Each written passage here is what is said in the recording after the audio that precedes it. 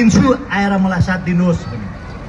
लिम्बुवान खम्बुवान तामसालिङ मगराज पाउने आशमा तपाईँ राम्रो दाजुभाइ गएर बलिको बोका बनेर माओवादीलाई सत्तामा पुर्याइदियो।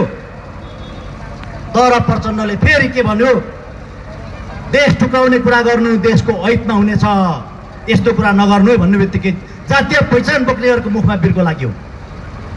यो कुरो त राम्ररी थाहा छ राजनीति गर्नेहरूलाई। त्यसैले गर्दा माछा भेगुता बनाइदिएको प्रचण्डले फेरि आज 84मा जित्नलाई नेपाललाई 7वटा प्रदेश थोर्पो 14वटा प्रदेश दिनुपर्छ भनेर बोल्नु भएको छ प्रचण्डज्यूले। किन त भन्दाखेरि अब प्रचण्डले राजसत्तामा पुगेपछि लिम्बुवान खम्बुवान त सिक्किम र दार्जिलिङ मात्रै दिए हो, नेपालमा त कहीँ पनि दिएन। अनि नेपालको राई लिम्बूले फेरि अर्कोचोटि चाहिँ पाउँछु कि भनेर फेरि साथ दिन्छ कि भनेर हो। अब फेरि प्रचण्डले झुक्काउन कोसिस गर्दैछ। तपाईँहरू अब हामीहरू झुक्किनु हुँदैन, दिँदैन। यो मागेर पाउने चिज होइन, लड्नुपर्छ, क्रान्ति गर्नुपर्छ, विद्रोह गर्नुपर्छ। अर्को कुरो, लम्पसार परेर सहनेहरू सही बस्छ, नसहनेहरूले विद्रोह गर्छ, क्रान्ति गर्छ। त्यसकै झिलको एउटा मेरो क्रान्तिकारी हो। अब हामी सहनेवाला छैनौँ। अब तर कुन खालको विद्रोह गर्ने हो भन्ने कुरा चाहिँ शासकको हातमा छ। कुन खालको विद्रोह गर्ने हो त क्रान्तिकारीले। क्रान्तिकारी भन्ने बित्तिकै ढुङ्गामुढा गर्दैन, गोली बारुद पड्काउँदैन। पहिले कुरो विचारको क्रान्ति आन्छ। हामी रामप्रसाद राई जस्तो आवेशको मात्र राजनीति गर्दैनौँ, गोपाल गुरुङको विवेकको राजनीति पनि गर्दैछौँ। हामी आवेशको राजनीति र विवेकको राजनीति हामी मजाले बुझेका छौँ। त्यसैले हामीलाई आवेशमा ल्याउनको निमित्त, उत्तेजित बनाउनको निमित्त शासकहरूले धेरै ठाउँमा विभिन्न किसिमको षड्यन्त्र गरेर हामीलाई सिद्ध्याउने योजनाहरू आजभन्दा अगाडि धेरैचोटि बुनिया हो। त्यो योजनामा म पनि परेको मान्छे हो। तर मैले अध्ययन गरेको छु। मैले केपी ओलीलाई चिनेको छु, प्रचण्डलाई चिनेको छु, माधव नेपाललाई चिनेको छु, बाबुरामलाई चिनेको छु, सबैलाई मैले चिनेको छु। तर उनीहरूले मलाई चिनेको छैन, उनीहरूले मलाई चिन्ने बेला भएको छैन। आज म शान्तिपूर्वक हिँड्दैछु, मलाई चिनेको छैन। म शान्तिपूर्वक आवाज उठाउँदैछु, मलाई कसैले चिनेको छैन। र धेरै मान्छेहरूले हेप्ने काम गर्दैछ। म त त्यसै पनि मृत्यु रोजेर हिँडेको मान्छे हो, मर्नसँग मलाई मतलब छैन। तर मेरो मृत्युले लाखौँ करोडौँको भविष्य उज्जवल हुन्छ भने म मर्न तयार छु। आजै शासकले यहाँको मूलवासी मङ्गोललाई सत्ता बुझाउँछ भने म सार्वजनिक रूपमा काठमाडौँको टुडी खेलमा संसारको मिडिया बोलाएर म फाँसी जान तयार छु। यो देश बुझाओस् हामीलाई, यो देश फिर्ता गर्नको लागि म राजनीति गरेको हो। मैले बनाउने भोलिको कानुन भनेको यहाँको बाहुन क्षेत्री आदिवासी शरणार्थीहरूको पनि मानवाधिकार रक्षा भएको दस्तावेजहरू हामी तयार बनाउँछौँ। उनीहरूले जस्तो हेपेर बाहुन क्षेत्रीलाई हामी हेपेर उनीहरूलाई शरणार्थी हामी बनाउँदैनौँ। उनीहरूलाई पनि यो देशको दोस्रो दर्जाको नागरिकको हैसियतमा हामी राख्नेछौँ। तर बाध्य गराएर हतियार उठाउनु पर्ने परिस्थितिमा पुर्याउँछ भने कि यो देशको 80% मूलवासी मङ्गोल सिद्धिनुपर्छ कि 20% फसाएर सिद्धिनुपर्छ। यहाँ माओवादीको जस्तो युद्ध हुँदैन। यहाँ धनकुटामा हानेर 1 महिनामा फेरि बादशाहका उपचार गरेर इलाममा लगेर हाने जस्तो हुँदैन। हामीले हान्दा हिमाल पार तराई मेची महाकाली हामी एकै दिन हान्दिन्छौँ। उनीहरूले जस्तो बन्दुक किन्न जानु पर्दैन, हामीले राइफल किन्न जानु पर्दैन, गोलीगट्टा किन्न जानु पर्दैन, न त भारतमा जानुपर्छ न त चिनमा जानुपर्छ। 52 सालमा पत्रकार सम्मेलन गर्दा ऋषि धमलाको पत्रकार सम्मेलनमा गोपाल गुरुङलाई प्रश्न गर्दा 52 शासकहरूका मिडियाहरूले तपाईँसँग हतियार कहाँ छ भन्दा घरभित्रै छ भनिदिनु भएको छ। कुरा बुझिसक्यो होला नि त। त्यो घरभित्रै भएको हतियार कति बेला निकाल्नुपर्छ त्यो सिकारीलाई मात्रै थाहा हुन्छ। कति बेला सिकारीले हतियार निकालेर हान्छ त्यति बेला मात्रै थाहा हुन्छ, अरूलाई थाहा हुँदैन। तर हामीले उनीहरूलाई हेप्या होइनौँ, उहाँहरूको विरुद्धमा लागेको होइनौँ, हामी बोलेको होइनौँ। यदि उहाँहरूको विरुद्धमा लाग्ने हो भने, बोल्ने हो भने हाम्रो पुर्खाको टाउको काट्यो, हाम्रो पुर्खाको नाकान काट्यो, हाम्रो पुर्खाको हातबाट सत्ता खोसियो र आज हामी शरणार्थीको रूपमा बाँच्दैछौँ। हामीलाई कति पीडा छ। उनीहरूको घर घरमा तरवार र भाला बोकेर जानुपर्ने हो नि त। तर हामी त मानवताको नाताले उनीहरूको पुर्खाले अपराध गरे पनि उनीहरूले त गरेको छैन नि त। सुध्रिन्छ कि उनीहरू भनेर हामी वैचारिक क्रान्तिमा हामी आवाज मात्रै छोड्दैछौँ, हतियार छोडेको छैनौँ हामीले। उनीहरूले धम्काउनु पर्दैन स्टेजमा। प्रचण्डले भन्छ हतियार बिर्साएको मात्रै हो, हान्नु बिर्सेको छैन। हानेर देखाओस् प्रचण्डले आजै। म च्यालेन्ज दिन्छु, हानेर देखाओस् कहाँ कहाँ हान्छ ल, कसलाई हान्दो रहेछ, हतियार चलाउने को छ। अर्डर गर्नेहरूको भरमा अर्डर गरेर गोली पड्किँदैन। 100 केजीको लोहाको हतियार बोक्नेहरू यहाँको मूलवासी मङ्गोलहरू छ।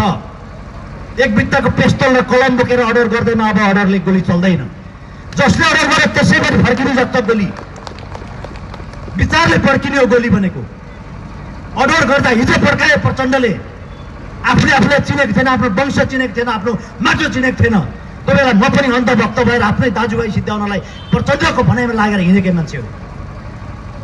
म कसरी बाँचेर आएको छु भन्ने कुरा मलाई मात्रै थाहा छ। त्यसैले उनीहरूको सिद्धान्तलाई अध्ययन गरेर आएको मान्छे हो। म काङ्ग्रेस र कम्युनिस्टको सिद्धान्त फटाएर आएको मान्छे हो। तर म गर्वका साथ भन्छु, युग पुरुष डाक्टर गोपाल गुरुङलाई नभेटेको थिएँ भने प्रचण्डभन्दा खतरा विद्रोह गरेर मैले पनि धेरै मान्छे सिद्ध्याउँथेँ होला। तर मान्छे मार्नु ठुलो कुरा होइन रहेछ, बचाउनु चाहिँ ठुलो कुरा रहेछ। मैले यो चाहिँ शिक्षा गोपाल गुरुङबाट पाएर म चाहिँ बचाउनु पर्छ भन्दै हिँडेको मान्छे हो। अझै उनीहरू भन्छ मार्नुपर्छ, हतियार बिसाको मात्रै हान्न बिर्सेको छैन भन्ने घमण्ड गर्छ भने आज भोलि नै हानेर देखाउँदा हुन्छ। 73 सालमा भोजपुर र मलाई गोली हान्ने अर्डर डिएसपीलाई दिने शक्ति बस्नेत, नेपाली काङ्ग्रेसको गृहमन्त्री शक्तिबहादुर बस्नेतले मेरो कार्यक्रम बिथोलेर त्यहाँ गोली चलाउने अर्डर दिएको थियो। किन हान्नु सकेन? म त 40 जना मात्रै थिएँ त्यो दिनमा। भनिदिएको थिएँ मैले, गोली चलाएर हेर्नुहोस् न, एकचोटि अभ्यास त गर्नुहोस्। हामी त निशस्त्र छौँ। तपाईँले ल्याएको संविधानका आधारमा हामी त कार्यक्रम गर्नलाई शान्तिपूर्ण एउटा झन्डा र ब्यानर मात्र बोकेर आएको छौँ। तपाईँहरूको हातमा छ, गोली चलाउनुहोस् त भनेको थिएँ मैले। किन चलाउनु सकेन? त्यति बेला गोली चलेको थियो भने 10 वर्ष होइन माओवादीको जस्तो 10 महिनामा हामी क्लियर गरिदिन्छौँ। 10 महिना, 1 वर्ष पनि होइन, 10 महिनामा हामी सफा गरिदिन्छौँ। अझै पनि आग्रह गर्दैछु, बुद्धि विवेक फिरोस्, हामीले बोलेको कुराहरूको मूल्याङ्कन होस्। अब हामी यसरी मृत्युको पर्खाइमा हामी बाँच्न चाहँदैनौँ। आज भनौँ भोलि भनौँ मर्ने दिन आइसक्यो। उनीहरूले बनाएको कानुनले हाम्रोमा चाहिँ निर्दोष मान्छेहरू आज जेलमा छ। गाई गोरु काटेको केसमा पूर्व पश्चिमले कति मान्छे छुट्याइदिए, तर आज त्यो मान्छेहरू अप्ठ्यारोमा परेको गोमनलाई निकाले जस्तै भएको छ। जब अप्ठ्यारो पानीमा डुबेको गोमन निकालिदियो अरे, पछि निकालेर पाखामा निकाल्दै आफूलाई ठुँगेर मारेको थियो अरे। आज मेरै विरुद्धमा लाग्दैछ। हिजो मैले छुट्याएको मान्छेहरू अनि एमाले काङ्ग्रेसको राजनीति गर्नेहरू गाई गोरु काटेको केसमा जेलमा छ। पार्टी चाहिँ काङ्ग्रेस र कम्युनिस्ट भन्ने अनि गाई गोरु काट्नुपर्छ भनेर भाषण गरेपछि त्यो मान्छे जेलमा नगएर को जान्छ? गाई गोरुलाई पुज्ने पार्टी नै काङ्ग्रेस र कम्युनिस्ट हो। यो देशमा गाई गोरु खानेहरूको प्रशंसा धेरै छ, तर पुज्न लगाइयो। हिजो बाहुन छेत्रीको प्रवेश हुनुभन्दा अगाडि हिमालको शेर्पादेखि तराईको थारूसम्मका समुदायहरूको कुल पितृ गर्दाखेरि गाई गोरु काटेर पितृ प्रसादको रूपमा मासु चाहिँ ग्रहण गरेर त्यसको छालाको ढोल ड्याङ्ग्रो च्याब्रुङ दमा डम्फु सबै बाजा गाजा चाहिँ बजाइन्थ्यो। र आज हाम्रो कुलकुलमा चल्ने त्यो ढोल च्याब्रुङ यी सबै छालाको सामानहरू कुनै पनि मृग र बाख्राको होइन, भैँसीको होइन, गाई गोरुकै हो। राजा महेन्द्रको पालासम्म गाई गोरु काट्ने म्यागजिन तिरिन्थ्यो, गाई गोरु काट्ने मौलाहरू राखेको छ ठाउँ ठाउँमा। हिजो अस्ति आएको शरणार्थीहरूले साम्प्रदायिक गरिरहेछ। यहाँनिर हिन्दू बनाएर हिन्दू साम्प्रदायिक भइरहेछ। हिन्दू धर्म चाहिँ हिन्दू अनि मान्छे चाहिँ कम्युनिस्ट। यहाँको बाहुन क्षेत्रीहरू कोही पनि कम्युनिस्ट पनि हुन सक्दैन, इसाई पनि हुन सक्दैन, मुस्लिम पनि हुन सक्दैन, बुद्धिस्ट पनि हुन सक्दैन। जहाँ धर्मभित्र उनीहरू छिर्छ भने त्यो सिआइडी हो। मुस्लिम धर्मभित्र छिर्छ त्यो सिआइडी हो। मुस्लिम धर्मले के गर्दैछ भने राज्यमा पुर्याउने सिआइडी हो। इसाई धर्मभित्र छिर्छ भने त्यो डलर खानालाई मात्रै आएको र त्यहाँ के गतिविधि गर्दैछ भनेर त्यो सिआइडीको काम गर्न आएको उनीहरू सिआइडी हो। धार्मिक रूपले उनीहरू होइन। ग्रुप खेम्पो बाहुनहरू आएर चाहिँ के हुन्छ त लामा हुन्छ, तर ऊ चाहिँ यहाँभित्रका गतिविधिहरू चाहिँ राज्यमा पुर्याउनलाई सिआइडीको रूपमा आएको। हाम्रो मान्छेको बाहिर आँखाले हेर्छ र गुरुजी भन्नुहुन्छ, लामा गुरु भन्नुहुन्छ, ढोक्छ पूजा गर्छ, ऊ लामा गुरु होइन, ऊ सिआइडी हो। त्यो कुरो थाहा छैन। जसरी 1800 तिर जोगीलाई राणा सरकारले सिआइडीको रूपमा चाहिँ पठाइयो, जुन बेला चाहिँ राणाको विरुद्धमा कहाँ कहाँ मिटिङ हुन्थ्यो, रातिभरि अर्काको घरमा बसेर चाहिँ मिटिङ गर्छ, राणाको विरुद्धमा छलफल कहाँ हुँदैछ त?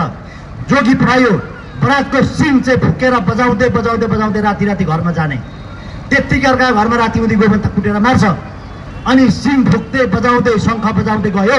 अनि किन शङ्ख बजाउँदै आएको भन्दा तिम्रो घरभित्र भूतप्रेत छ, यो चाहिँ हटाउनु पर्छ। त्यो शङ्ख फुकेर भूतप्रेत हट्दैन र त्यो भ्रम हो।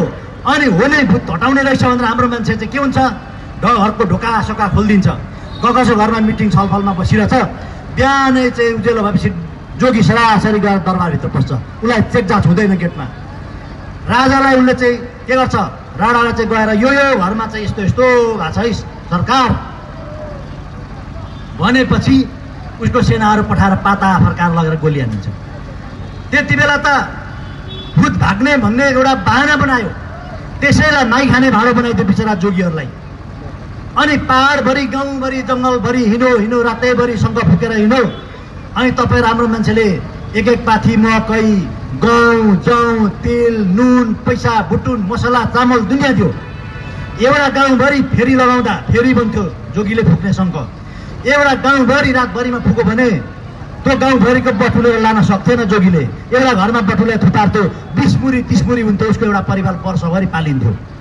पछि बिचरा जोगीले अंश दिने काम भयो। बाउले फुकेको गाउँभरि फुकेको कति गाउँ फुक्थ्यो शङ्ख, गाउँ काटेर छोरालाई अंश दिने चलन ल्यायो।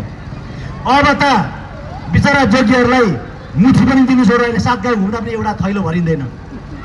माई खाने भाँडो बन्द भइसक्यो, मान्छेमा चेतना आइसक्यो, मागेर खाने जमाना छैन, गरेर खानुपर्छ। न त त्यो शङ्ख फुकेर भूतप्रेतले ढाक्छ। विश्वास गर्नु छोडिसके मान्छेले, अन्धभक्तहरूले हिजो गर्थ्यो अब गर्दैन। त्यही भएर मगर समुदायको एउटा चाहिँ जोगी बनाएर मगरहरूलाई चाहिँ संसारभरि परिचालन गर्यो, नेपाल अधिराज्यभरि। कुसुले बनाइदियो नेवार समुदायकोलाई, कुसुले अम्लामा लगाउने छेम्म पुत्तली बजाएर गाउँमा बिचरा दलान मुनि बसेर माग्ने बनायो, दलानमा पस्ने अधिकार दिएन। अछुत बनाइदियो, नेवारको तल्लो सबभन्दा सानो समुदाय कुसुले बनाइदियो, गाइने बनाइदियो, विभिन्न किसिमको जात जाति बनाइदियो। उनीहरूले नै अछुत बनाउने कामहरू भयो, शासकहरूले गरेको काम भयो। हामी तपाईँको पुर्खाले गरेको होइन। हिजो बाहुनहरूले तपाईँ र मेरो पुर्खालाई कामी दमै सार्कीलाई चाहिँ घरमा पसाइस् भने तँलाई कारवाही हुन्छ भनेपछि तपाईँ र हाम्रो पुर्खाले पनि बिचरा कामी दमैलाई दलानमा बस्नु दिएन, तल आँगनमा बस्नुपर्ने, पानी पनि माथिबाट दिनुपर्ने, उनीहरूले खाएको थाल भाँडा पनि धोएर राख्नुपर्ने, सुनपानले चोखाउनु पर्ने। कति अन्याय अपमान गरेको रहेछ। आजसम्म पनि 21औं शताब्दीसम्म आइपुग्दा पनि बिचरा कामी दमै सार्कीले त्यही अभिगत भोग्नु परेको छ।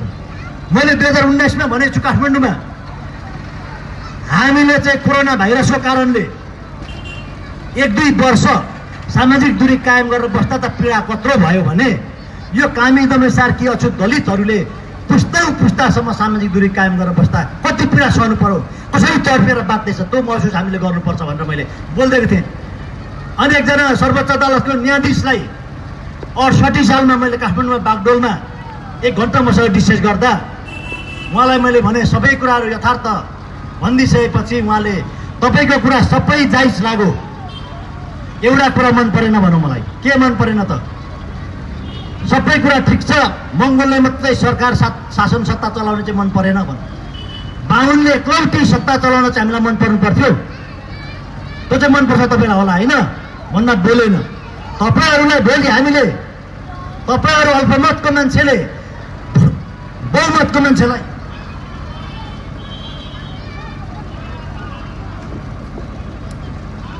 यो देशको बहुमतको मान्छेलाई तपाईँहरू अल्पमतको मान्छेले विभिन्न किसिमको जात जाति अछुत शूद्र बनाएर शासन गर्नुभयो, दलित अछुत शूद्र बनाइदिनु भयो। अब यहाँको बहुसङ्ख्यक मान्छेले चिन्यो हामी अछुत शूद्र होइन रहेछौँ, हामी विभिन्न जात जातिमा हामी पर्दिनौँ रहेछौँ, हामी पक्का मानव अस्तित्वमा मङ्गोल रहेछौँ र यहाँको उत्पत्तिवासी भूमिपुत्र रहेछौँ भनेर